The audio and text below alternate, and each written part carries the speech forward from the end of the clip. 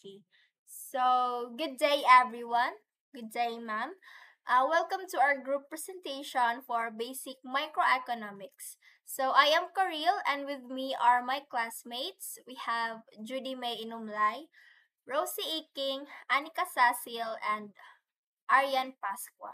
So today, we will be talking about some of the most important concepts in microeconomics, like utility, cost, production, profit, and the factors of the production. So today, we will be role playing. Okay, so let's get started. Okay. So, hello everyone, and welcome to our virtual interview. I am Karil, your host for today, and I am so excited to have you all here. Joining me are my amazing guests. We have Jody, Rosie, Anika, and Aryan. So, who will help us explore the fascinating world of basic microeconomics? Thank you for tuning in, and let's get started. Okay, so Ma'am Judy, to start off everything, I would like to ask you first. So, let's talk about something we all experience, that what we called satisfaction. So, Ma'am Judy, what exactly is utility in economics? So, first of all, good afternoon, Miss Karil. Thank you for having us this afternoon. So, to answer your question, utility simply means the satisfaction or happiness a person gets from consuming a good or service. For example, when I buy milk tea, that feeling of enjoyment from drinking it is my utility. So that makes sense. But I've heard about something we called what is that? The law of diminishing marginal utility. What does that mean? Oh, it means that the more we consume something, the less additional satisfaction we get from each extra unit. Like the first cup of milk tea is amazing. The second one is okay. But by the fourth cup, it doesn't feel as good anymore.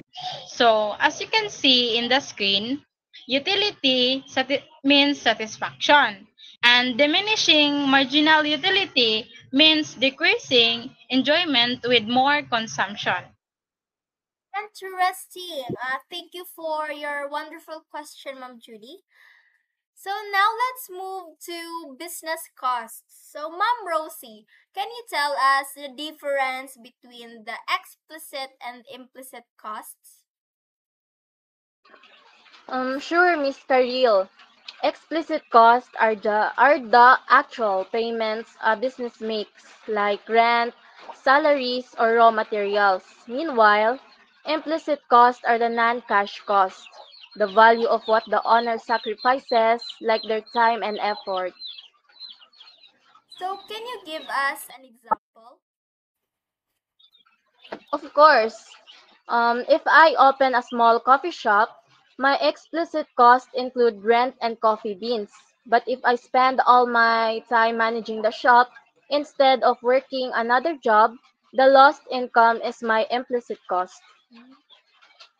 So as you can see on the screen, explicit is the money out, while the implicit is the time effort lost.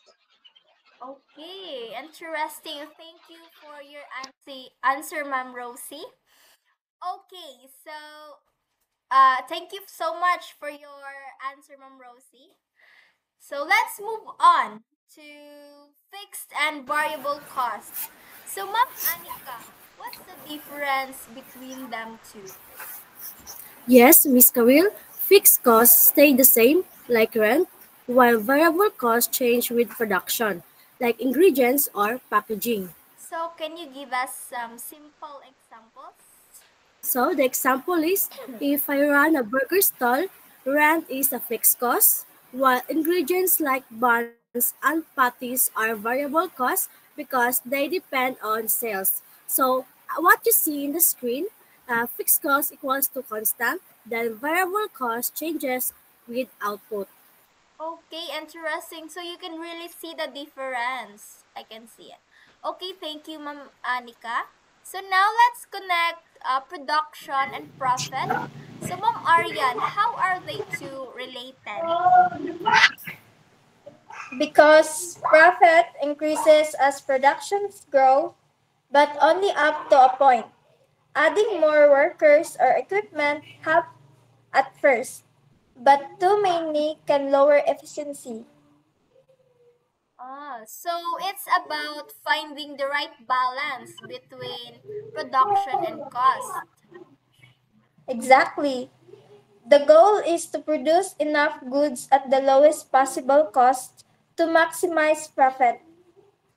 As you can see in the screen, profit is revenue um, total total cost. Okay, so thank you for that wonderful answer, Ma'am Aryan. So finally, let's talk about the factors of production. So, Ma'am Rosie, what are they? So there the basic resources needed for produced goods is first is the land, which is the space or natural resources. Second is the labor, which is the workers and their skills. And third is the capital, the tools, machines, or money used in production. And the entrepreneurs, which is the person who manages everything and takes the risk. So, in a milk tea shop land is a space, labor is the barista, capital is the blender, and the ingredients, and the entrepreneurship is the owner managing it all. That makes sense. Exactly. So now let's apply everything we discussed to a simple business. So let's call our business as Sweet Sip Milk Tea. Okay, Ma'am Judy?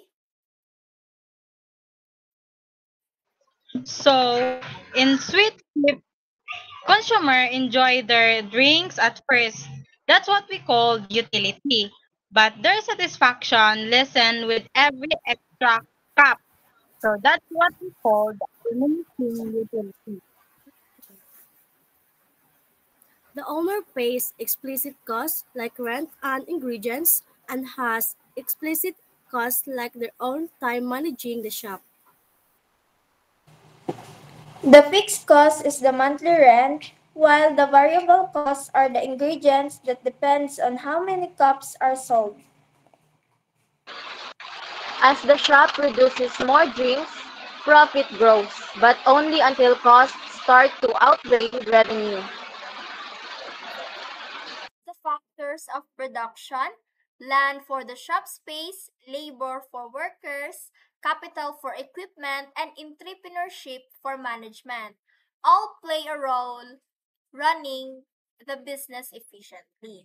So, to wrap it up, microeconomics helps us understand how small businesses make decisions about production, cost, and profits. Am I right, Ma'am Anika?